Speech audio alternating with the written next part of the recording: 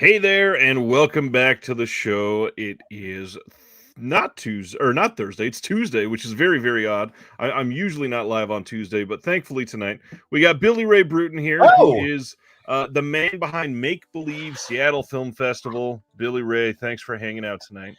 thanks for having me on, Ryan.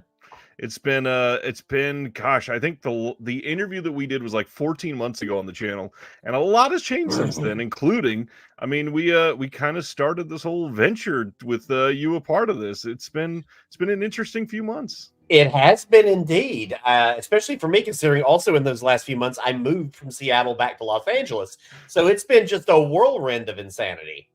And the whole venture thing, I don't know that many of us thought that we would get onto many releases as quick as we have, but you and I have done one Yep. together. Yep.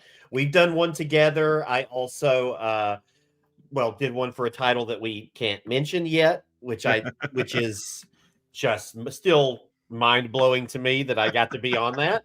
And so, here's to many more to come.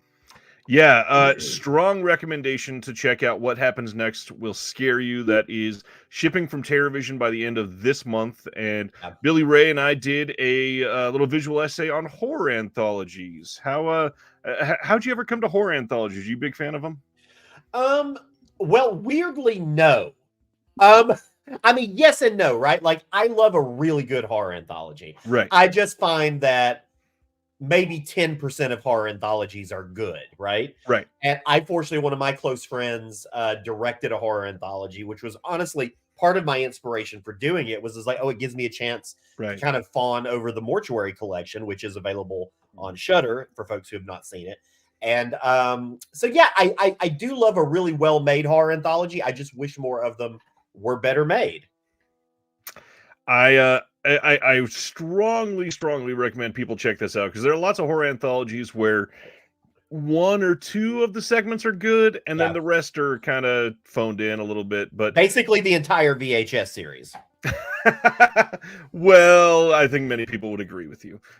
Tonight, though, we're mostly here to hype up Make Believe Seattle Film Festival coming Right. March 21st to 26th. Why don't you tell us what that's all about? Yeah, so Make Believe Seattle is sort of my baby. It's a genre festival that takes place in Seattle, Washington. We focus on horror, sci-fi, fantasy, animation, all of that fun stuff, but we really try to do things that other genre festivals don't do. Example being last year we screened the Little Richard I Am Everything doc. We were the only genre festival in the world to screen that. This year we're opening with a doc about Sherry Lewis and Lamb Chop. So it's like we deal with your normal genre fare, but also anything that deals, yeah, there's the image right now, anything that deals in a heightened imagination. And our theme this year is coming of age in genre.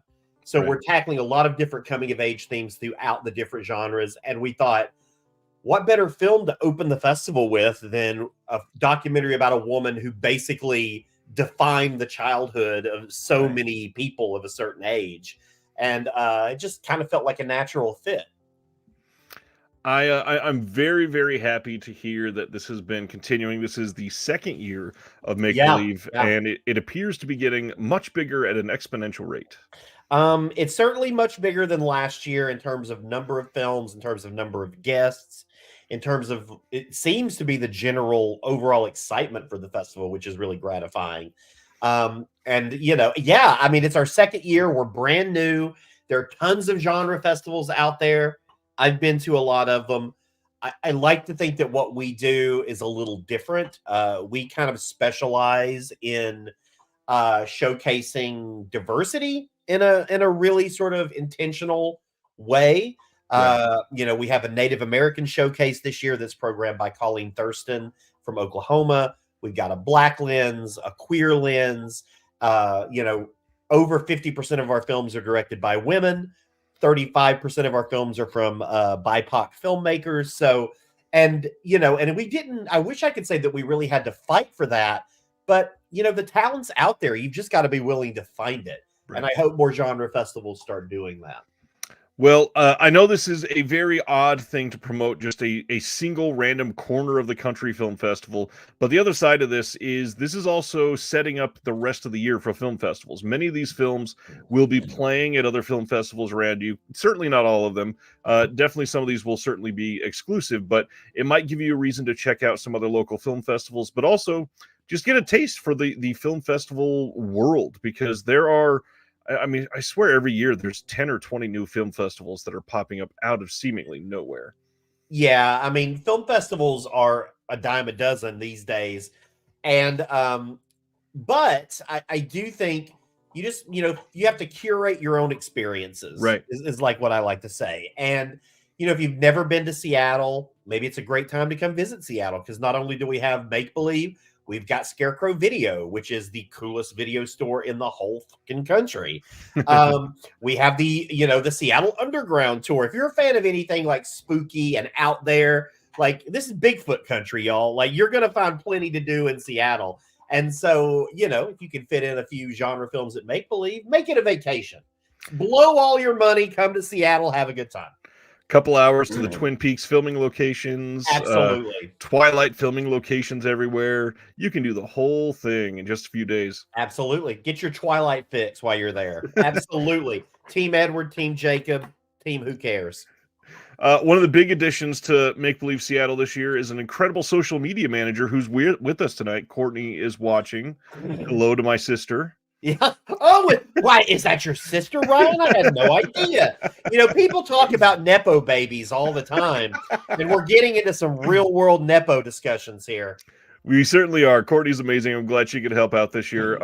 What is other than coming of age in the queer lens? What is something that you're hoping for out of the film festival this year? Oh gosh. Well, I mean, ultimately, I would love to see some of these amazing films find homes. I mean, in terms of distribution, we've got some films that already have distributors, and that's amazing for them. But we have a lot of films from, first time filmmakers who are just getting their start in the industry. It would be nice to be able to see some of those films, find distributors or find folks that love them as much as I do and as much as the programming team does. That would be the ultimate success, I think, is to get some of those picked up. So, for those that are watching or listening later that have never gone to a film festival and don't know how that works, when you say get a film picked up, what does that mean? How does that work at a film festival? Sure. Well, I mean, it doesn't work that way at most film festivals, frankly. Most film festivals don't have sort of the infrastructure to, to deal with, like, having distributors there and, like, and setting those kinds of things up. And I don't, not necessarily saying that we have that infrastructure either as a Right. 2-year festival, but we have some amazing jurors, some of which who work for distribution companies. We have someone who works for Leonardo DiCaprio's company, Appian Way. We have some other festival programmers who might like something that they see and program it elsewhere down the road. I'm thinking of Drea Clark, who's the artistic director at the Bentonville Film Festival, which is Gina Davis's film festival. I'm thinking of Ernie Kuraz, who works for South by Southwest. We have a good mix of local Seattle people, folks from distribution companies, folks from other festivals and programmers, and just hoping that, if they can make a big enough splash and Make Believe, they'll find more traction as they move along. Some films, though, are reaching the end of their festival run and are going to be on VOD or available, in April or May or something like that. So hopefully it's a good mix. We're also seeing some rep screenings this time, correct? Oh, you're seeing some rep screenings, all right. We have several. I'll highlight a couple. We are doing a tribute to the filmmaker Albert Pune. And if you've never heard the name Albert Pune, shame on you. But Albert Pune directed Cyborg, directed just a ton of 80s and 90s sort of like super fun, heavily stylized B movies. And so there's a new documentary about Albert Pune. It's called Albert Pune, King of Cult Movies. It's actually directed by Lisa Diapolito, who directed our opening night film as well, Sherry and Lamb Chop. This is just a documentary about Albert, his work. It follows him as he's trying to make his newest film.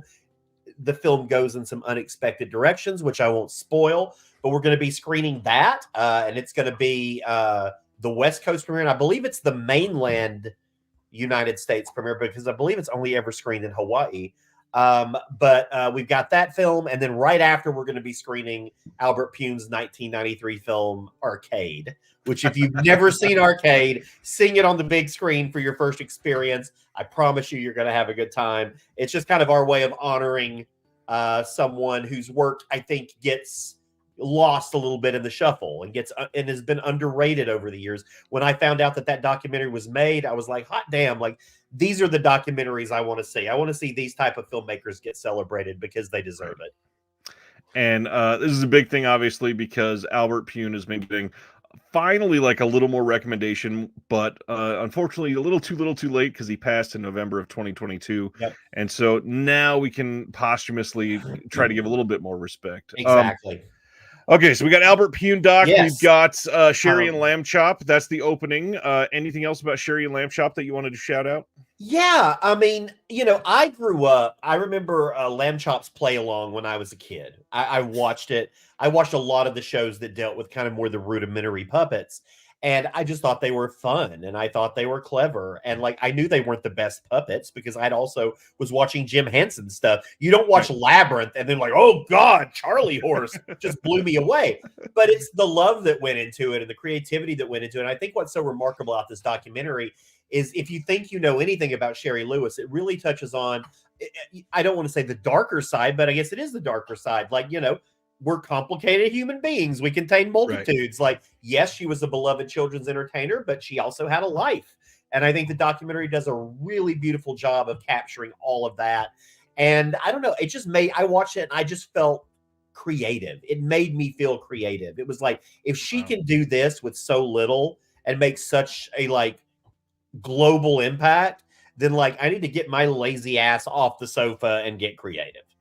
And she was just remarkably talented person, and someone else that I don't think isn't celebrated as much as they should be. When we think about these iconic children's entertainers, we think of Fred Rogers, right? Right. We think of Jim Henson. We don't always think of Sherry Lewis. Is that because she's a woman? Yes, to some degree. I think it is. I think it's, it's just a shame. And if this doc can help get her name out there, back out in the, in the populace, we're happy to help it do that. That's a big deal. So what is the next title we should reveal for Make Believe 2024? Well, we'll stick on the rep screening bandwagon, and we'll talk a little bit about an event that I'm crazy excited about. So my favorite film podcast in the world is Film Spotting, based in Chicago. Adam Kempenaar, Josh Larson, one of the OG original film podcasts that's still going strong. Josh is actually coming to Make Believe, and we're doing a screening of The Devil's Backbone, the Guillermo del Toro film. Josh has a new book out called Fear Not, A Christian Appreciation of Horror Movies. And Josh is going to be there. We're going to screen the film. There's going to be a talk back after. He's going to be talking about religion and Christianity, how it plays into the horror genre. And I think it's going to be just a wild and wonderful conversation. And Josh is honestly one of the most eloquent film critics out there. So, that was a no-brainer. The moment I started planning for this festival this year, I was like, I got to get Josh there. Got to make it happen. Ever since I heard about this book coming out, I was fascinated. I'm dying to see what he's got to say about some of these. And if you've never listened to Film Spotting, film podcasts are obviously like a dime a dozen. Obvious, any topic that you can think of, there's probably one or 43 covering it. Film Spotting is not like anything else, truly. It is up there in the pantheon of greats, and one that I would certainly hope that most people have listened to at least once to make a decision if you love movies. Yeah, and absolutely. And if you've never seen Devil's Backbone on the big screen, right. It's my favorite Guillermo del Toro film. And so the chance to see it, I saw it when it first came out in theaters. The chance to see it again on a theater screen is going to be too much to pass up for this homosexual. I've never seen it on a big screen, so I'm certainly jealous. That book is available now. I believe it is in stock, and you can get it on like Amazon, Barnes and Noble, anything like that. Yeah, absolutely. It is available everywhere you find books. And even though I did not prepare a fancy graphic for this one, I am going to also just plug as a retro screening. We are doing a kids matinee as well of Something Wicked This Way Comes, the Wow. 1983 Disney film, which most people call dark Disney because that was during the period of like Watcher in the Woods and the Black Cauldron, and like when Disney was really going out there with their kids fare. And I've been obsessed with this film since I was a kid. It was so hard to find for so long. Now it's available again. We are going to do a kids matinee screening of that. So Seattle folks, bring your kids, introduce them to horror and genre at a young age, please. Yeah, that's really exciting. And honestly, it kind of just fits Seattle super well. A lot of that, it just feels very Seattle. So maybe before we go to the next one, what about the facilities? What can you highlight for where this is at, and what the actual grounds have to offer for everybody showing up? Yeah, so our primary venue this year is the Erickson Theater on Capitol Hill. It is part of Seattle Colleges. It is a dance theater. It's actually my favorite theater on Capitol Hill. You know, it's got an amazing lobby area. The screening room, I think, is terrific. Everybody there is just wonderful. That's where a lot of our events are going to be during the festival. But we're also at Northwest Film Forum, which, you know, that's a pretty nationally recognized theater, the house that Lynn Shelton built. And we're going to be screening in both of their theaters, as well as the Grand Illusion, which is the oldest running indie theater in Seattle. So those are our venues this year. They're all incredible. Like, they're amazing places to watch movies. And I mean, if you've never been there, you're in for a treat. I'm dying to see all of these. Maybe next year. I'm so stoked that you've been able to grow this to what it is already. Well, me too. None more pleased than I. All right, let's go with our next title. We just saw Devil's Backbone. What should we do next? You know what? Let's mix it up a little bit. I want to talk about. So we have 3 categories at my festival. We have shorts, we have features, and we have mid-lengths. And a mid-length, it's not a category you see in a lot of festivals. I'm hoping that's going to start changing soon. But so our definition of mid-length is anything between 45 minutes and 75 minutes. So if it falls in that range, it's considered a mid-length. And we have one that I'm sort of obsessed with. It's called Gush. And this is part of our Native American showcase. It's from a first-time filmmaker named Fox Maxey. And it is a collection of video footage and images over a period of time in Fox's life. And it is creating this sort of conversation about diversity and gender. And it's just you could definitely categorize it as experimental. But boy, oh boy, like I was just transfixed the entire time. It's one of the absolute best things I screened this year for the festival. And and I'm just, I knew when I set out to do a Native American showcase, because we wanted to do one last year. We just weren't able to get it together. And I was honestly pretty crushed about that. And so it became a real like front and center priority for year 2.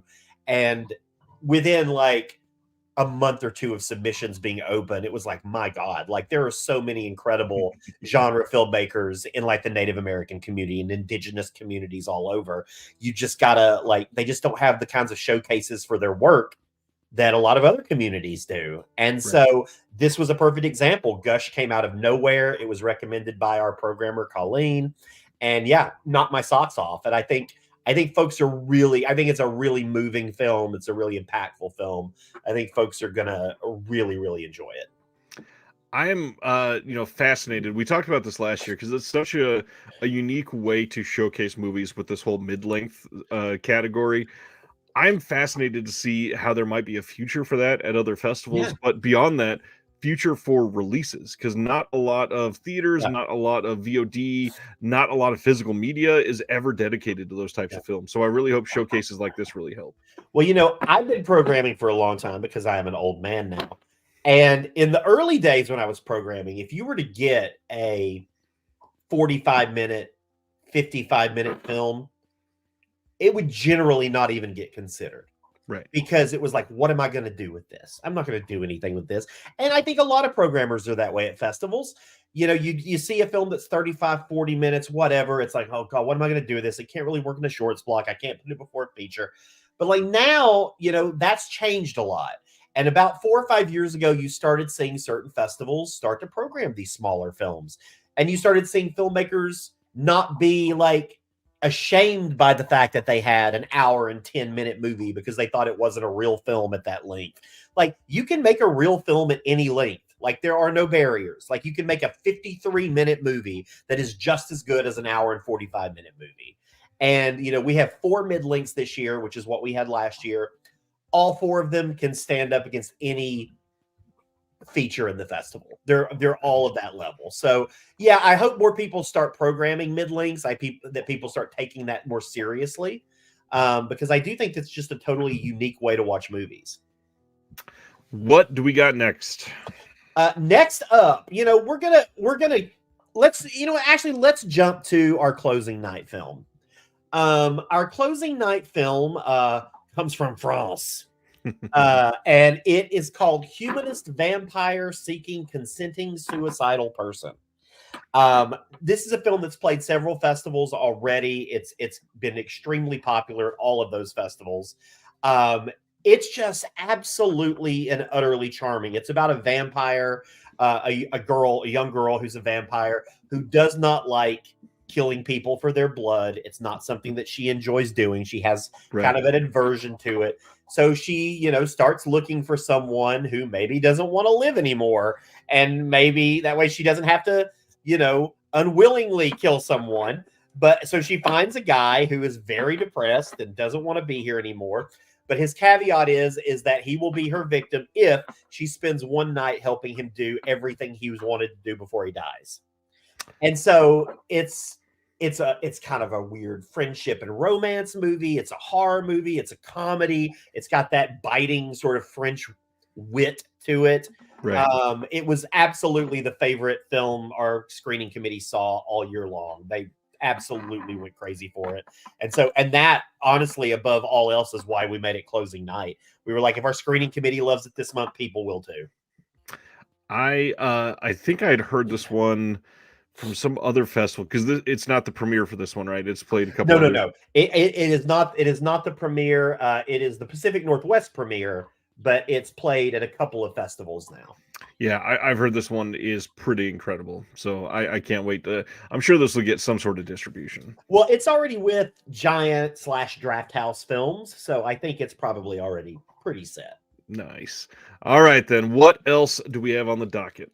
We're going to switch gears to a movie that I think a lot of people out there, if they showed up to make believe just knowing it's a genre festival and they stumbled into this movie, they would probably be really pissed at me. But this is the perfect example of how we really push the definition of what genre means. Because yes, genre is sci-fi, horror, fantasy, all that fun stuff. But for us, it's also anything that deals with a heightened imagination and creativity in a big way. And so there's a film called Bonus Track. And this is a film, it's only played a couple festivals. It is from first-time filmmaker Julia Jackman, and it is written by Josh O'Connor from The Crown, who's also in the new Luca Guadagnino movie Challengers with Zendaya. And so he actually wrote the screenplay and is actually in the film.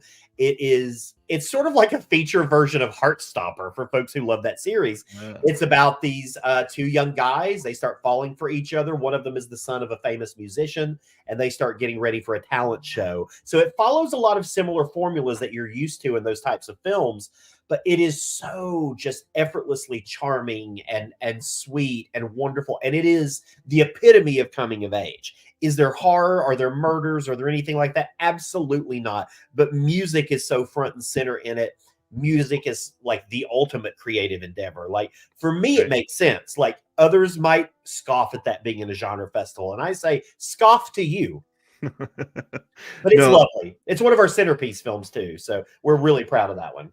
This seems like it would be very at home with some of the more popular, super successful indies the last couple of years. And I'm just hoping to see it get some sort of the same recognition, like Passages from last year, or a handful of others. I mean, this one sounds fantastic. It's absolutely lovely. And again, if you love Heartstopper, Sex Education, like some of those amazing shows on Netflix, like, it's going to be right up your alley.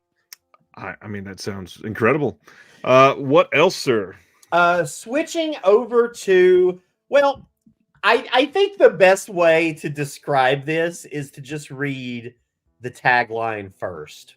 And the tagline is very simple. Two people got kidnapped. One man lost his dick. No one got any money. And that film is Dickweed. And this film hasn't even premiered yet. It premieres at South by Southwest in March, like a week before our festival. But it is about this heist that happened in California where a man was abducted. I don't want to say what happened, but you can maybe guess from the description that I just gave you. But if you're a fan of those like wild true crime documentaries, I mean, this is as wild as it gets. And this already has distribution. It's going to be streaming, or it's going to be premiering on a streaming service, I believe in April or May. So a couple months after the festival. We're super excited that we've got it so close to South by. The producer, Brian Storkel, I've known for several years. He directed this. If you've seen the movie Bitcon on Netflix, which just dropped recently, he directed that. He's directed some incredible documentaries as well. Yeah, it's just wild. It's gonna, out of all the films we're screening, I think it's gonna be the one that makes people gasp more than any of it. That's good. You always need at least one of those. Absolutely. I mean, everybody who doesn't gasp when someone's, it's just. Well, beyond that, it sounds like the one that people will probably go home with stories about. I would hope so. I hope so. I hope they have plenty of stories. All right, we got a handful of others. Next one. Next one is another music-focused film. And so this is another one. Again, I'm going to tell you, like I said, we've got something for everybody. So if all you want to check out is the horror, the blood and guts, the creature features, we got you covered, but this is not it. This is a film called Lost Souls. And this one is really special. It came to us late in the screening process, so it could have just as easily have been, accidentally overlooked. And it follows a young rapper who kind of leaves behind his hometown and goes on this sort of expedition across the state of Texas with friends, meeting new people. And it's got some of the most insanely catchy and amazing music, like original music of any film I've heard the last couple of years. I mean, seriously, like they put so much love and work into the songs in this film, and they are such earworms. And the fact that this film doesn't have more like recognition on the festival circuit or in the film, is mind-boggling to me. I saw this and immediately jumped up to my list of favorite films for the festival. And it's all a group of like unknown young performers. They're all terrific. Like it's just it's like youthful energy bottled up into like a 90-minute package, and it's absolutely lovely. Interesting. I feel like there's a handful, maybe not a handful, but it's some cropping up that are like trying to chase this sort of feeling. But I've heard this one's pretty damn good. It is. It's a winner. Gosh, there's so many good things I want to see right now. I'm so glad that people get the opportunity for these. All right, next one, sir. Next one. So this is probably the one I'm most excited about. This is it's a world premiere. And I'm going to mention two of our world premieres, even though one we don't have a fancy graphic for, but this one we do. And it's called The Most Atrocious Thing. This is a film that was made by a group of Chapman University students on a $5,000 budget. It is what would happen if the Please Don't Destroy guys remade Cabin Fever for Troma. That's the best way to put it. It's about a group of friends who are getting ready to take that next step in life. They go out on this weekend getaway, and oh damn, they eat infected deer meat, which turns them into bloodthirsty, ravenous, like insane people. And it's got this cheeky sense of humor about itself. It understands what type of film it is. Lloyd Kaufman even makes a cameo. Like it knows exactly what it's doing. And I think the humor is there. I think the performance, I think everybody, they're all friends. You can tell that they're, it's a group of friends making a movie together for like no money with glue and duct tape. And the fact that they were able to make something that is so impressive, like is mind-boggling to me. I'm super, super excited to be world premiering it. The entire team is coming out. So it's like 8, 10, 12 of these kids coming out who made this film, because it's a big collective that made it. And so they're all coming out to the festival. I think people are going to really, really, absolutely love this film. It's wild. It's the epitome of what this festival was created for. And that's the best thing, the best compliment I can give it. See, if you're not going to be inspired by Lamb Chop, this is the kind of thing that always gets me. Because if I can watch this and go, they made this for $5,000. What am I doing? Why am I just sitting at home with ideas and not making a fucking movie? Yeah, yeah. And I hear the deer puppet will be in attendance. Amazing. I hear the deer puppet will be in attendance. But this deer puppet would eat lamb chop. So understandable. Got to keep them apart. Well, I know what the other world premiere is, but let's share that. This one's pretty damn exciting. Yeah. So if you know Graham Skipper, good buddy Graham Skipper, he's been on our Incinerator podcast, which we host. He's on Screen Drafts a lot, which I'm the heel on famously. Graham has a brand new movie. It is called The Lonely Man with the Ghost Machine. We are world premiering that at the festival. It is definitely a passion project. It is definitely a personal film for Graham. It's about a man who at the end of the world is sort of dealing with these feelings of like loss and regret. And also, let's just say that there is an actual ghost machine that is mentioned in the title. It's sci-fi. It's that Lovecraftian cosmic horror. And yeah, I think folks are going to love it. The fact that we got those two are our world premieres, like I couldn't be happier. Like we're just super grateful to have gotten them. So, especially when one is literally a close friend of yours, that's a big deal. Yes. So it definitely. If people hate the movie, Graham, I'm sorry. It's not my fault. P.S. They won't hate the movie. With Make Believe last year, you had some events, or are there any other guests that are expected? Anything else happening that we can shout out? Yeah, we can. So we're screening a documentary called I'm George Lucas, the Connor Ratliff story. So if you don't know Connor Ratliff, if you've heard the Dead Eyes podcast, which is one of the greatest podcasts ever, where Connor Ratliff basically goes on a podcast mission to find out about why he was fired from a Tom Hanks production years before for having dead eyes. And it finally culminated with Tom Hanks himself being on the podcast to answer that question. Well, that's Connor Ratliff. He also hosts this amazing sort of underground show called George Lucas Talk Show, where he plays George Lucas. Griffin Newman from the Tick and the Blank Check podcast plays Watto. And then Patrick Cotnoir is also part of that group. Well, they're all going to be there for the documentary. And then immediately after the screening, they're going to be doing a live presentation of the George Lucas Talk Show. So you're going to get extra bang for your buck there. You're going to get the documentary, which is wonderful. It just world premiered at Slam Dance. And then you're going to be getting an actual live George Lucas Talk Show, which, they don't come around that often. So take advantage while you can. And I'll just let folks know, so far, people are very much taking advantage. So if there's any, after day one of tickets being on sale, if there's anything that I can say is the hot ticket, it is definitely that. Nice. People definitely seem to be really interested in that. So, and it's a wonderful film and event. And those guys are amazing. And we're super excited about that. Now, in terms of other guests, I mean, we are still, we have a secret screening that is happening the last day of the festival that we can't announce yet, that we won't announce until the week before the festival. There might be someone of note coming with that. I don't want to say anything at the moment, but it's very possible / likely. But I will shout out for fans of The Forbidden Zone, the classic movie, The Forbidden Zone. Richard Elfman and his wife Anastasia will be at the festival for their new film, Bloody Bridget. They are going to be doing a burlesque performance with the film.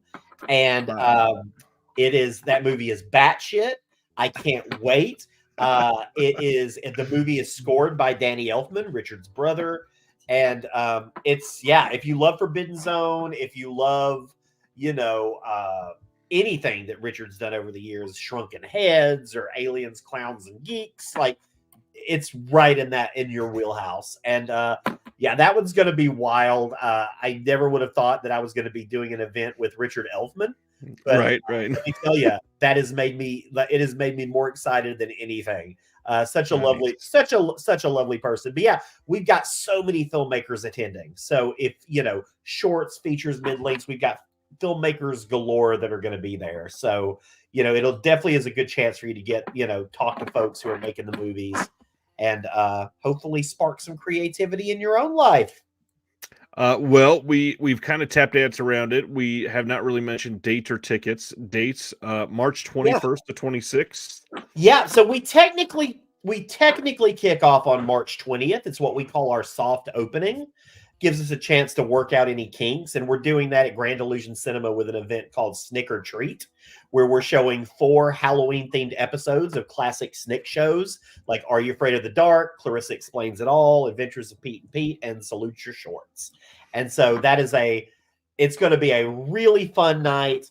Wear your pajamas. We'll have junk food, and just come and have fun being a kid again. But yeah, that's the 20th. Festival runs the 20th through the 20th through the 26th.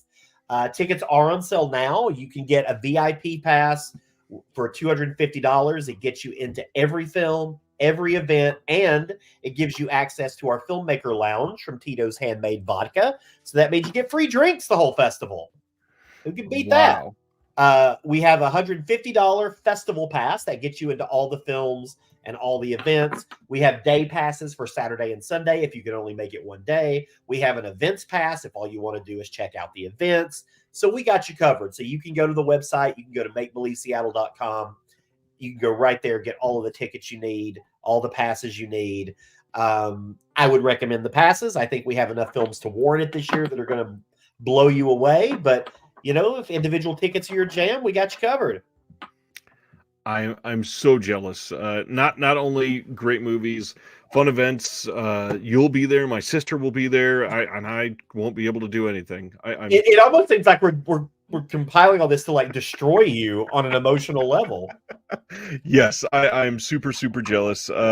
Everything sounds incredible. Any buttons that we want to put on it? Anything we're forgetting? I need to thank our sponsors. I mean, we have amazing sponsors. Mubi. If you're not already a Mubi fan, you should be. They're one of the best streaming services out there. They're back as a sponsor. Fangoria. We love Fangoria. They're back again. Again, Tito's Handmade Vodka, which is clearly the best vodka in the world. Surely you'd agree, right, Ryan? I've heard that. So yeah, I will say I agree. Hotel Sorrento and W Seattle, which are 2 hotels in Seattle that are incredibly generous to us.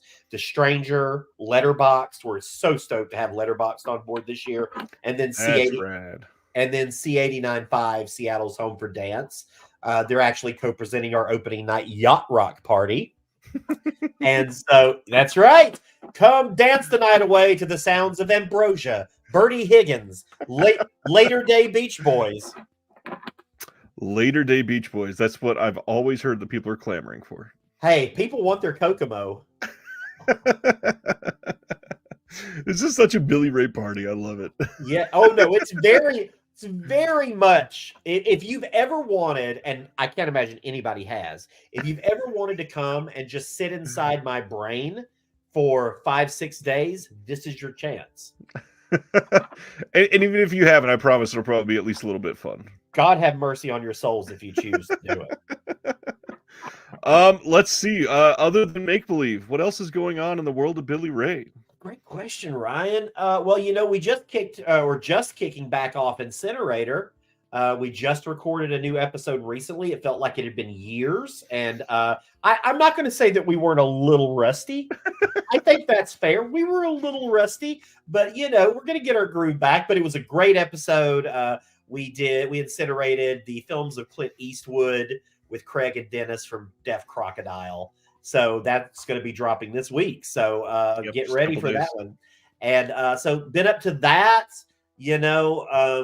other than that though, just, living the dream, doing the work, waiting on the next, somebody's favorite productions, commentary to come along. We are still finishing up the last title that you worked on, and I'm so eager to share with everybody. So much so I wish it was done and announced so that we could just talk about it. I know. I know. It's not very often that somebody that's doing special features for a production company like this literally gets the opportunity to do their favorite film of all time. Right. That's a big deal. Yep, it is a big deal. Now, and I will say that person is not me, but it is another person who worked with us on the project. And it's in my top 25, so it's up there for me. It always has been. But this person, it is their legit favorite movie of all time. And so getting to allow them to do that was as good as doing the actual commentary, frankly. I wasn't even a part of the commentary, just listening afterwards. It's just, this is literally just three people giddy just to be able to talk about this movie. I know. It was fabulous. And yeah, other than that, just kind of doing the film thing out here in LA as I can. Working my jobs, doing my thing. You got another podcast. You want to shout that one out? I do have another podcast. I have a political podcast. And it's called Center Clueless. And me and my buddy Eric Searle host it. We are both sort of middle of the road folks who are tired of the left, tired of the right, and just want to rest in the center for a little while until shit calms down and gets normal again. And so every week we kind of ran and raved like a couple of white dudes, because who doesn't want to hear two middle-aged white dudes bitching about the world? There's just not enough of that in podcasts, Ryan. I don't understand how we don't have about 500,000 more of those podcasts. I don't understand either. I mean, when I found out we were the only one, I was shocked. I'm so grateful to produce the only one of those in the world. Yeah, I mean, I didn't think that a political podcast was a novelty, but I guess it is. Everybody should follow Billy Ray and Make Believe on Twitter, Instagram, Facebook. They are everywhere. Literally, while we've been doing this, they've been shouting things out on all the social media to get everybody to come watch this. So social media is alive and well for Make Believe.